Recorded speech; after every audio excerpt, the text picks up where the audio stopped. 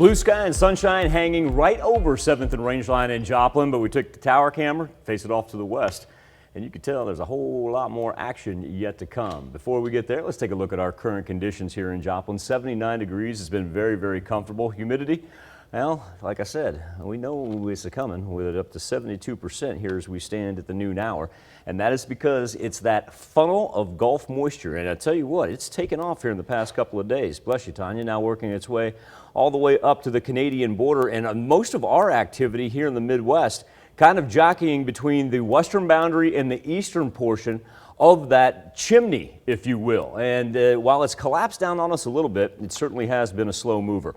Here's where we stand right now. The majority of the rain and the lightning right along that exact same line that we saw yesterday. The big determining factor as far as what we're going to have accumulation-wise, instead of this thing continuing to move north-south, it's actually moving west to east. So it'll creep into the central portion by the time it's all said and done. Now, what we're seeing in southwest Missouri is actually part of a low-pressure system that came off of northeast Arkansas earlier today. And like I said, instead of it riding the Mississippi, look at all that they have in eastern Missouri. Well, we get little offshoots of that, and it's actually presenting its fair share of lightning as well, as we see it now in between Greenfield and Stockton, and right in the middle of Vernon County along I-49. We got some good rain bubbling. Oh, we're not done as of yet. Let's drop down into northwest Arkansas, where, speaking of I-49, we've got another system making its way up the interstate through Fayetteville, and that thing is packing some lightning as well. So once again, you go back to that blue sky that we had over 7th and Rangeline, can be a little bit deceiving. But once again, coming off of yesterday and what we've had this morning, a very, very little accumulation through central and eastern portion of our counties. Go out there, see, is it right above the N in Independence right there? That's clocking in at 3 inches of rain since yesterday.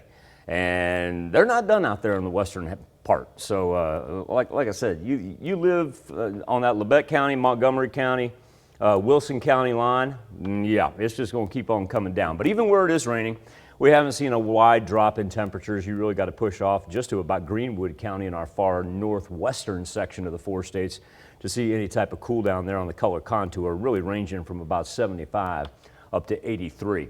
Skywatch Storm Tracker from the national perspective, we are kind of in the midst of it. There is a lot more down at the Gulf, but nice thing is on the severe thunderstorm risk map, if you don't even get into that marginal or low category, which we stay out of, no winds, no hail concerns, just going to be thunder, lightning, and rain. But while we're at it, why don't we talk a little bit about what's in the Atlantic Basin, because we've got a new named storm. There's Sam. Sam's been hanging around for a while, still Category 4.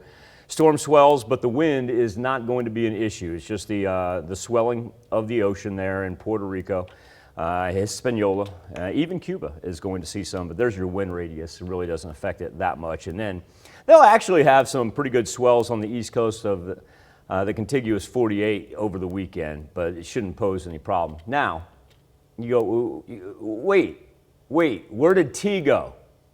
How did we get to V? How did we get to Victor? Teresa popped up for 48 hours and disappeared. Teresa went subtropical on us. We skipped her.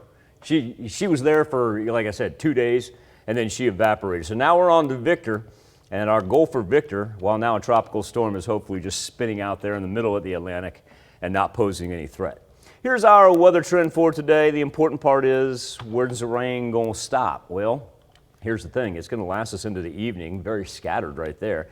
And then as we break, we're going to re-roll on Friday and all throughout late Friday morning into the afternoon hours. Here we are around high school football kickoff time. Look at that. And for Friday into Saturday, we roll the I-44 corridor. We work from southwest up to northeast, headed out to Pitt State, Missouri Southern. Be prepared for more additional rain at Fred G. Hughes Stadium on Saturday.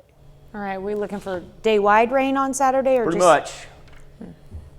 Pretty much. A lot of people have outdoor events planned, so. Yeah, it's not going to be one of those that is all-encompassing in the 4 states, but you get unscathed Saturday and you don't run into a raindrop, you let me know where that travelcation took you. There you go.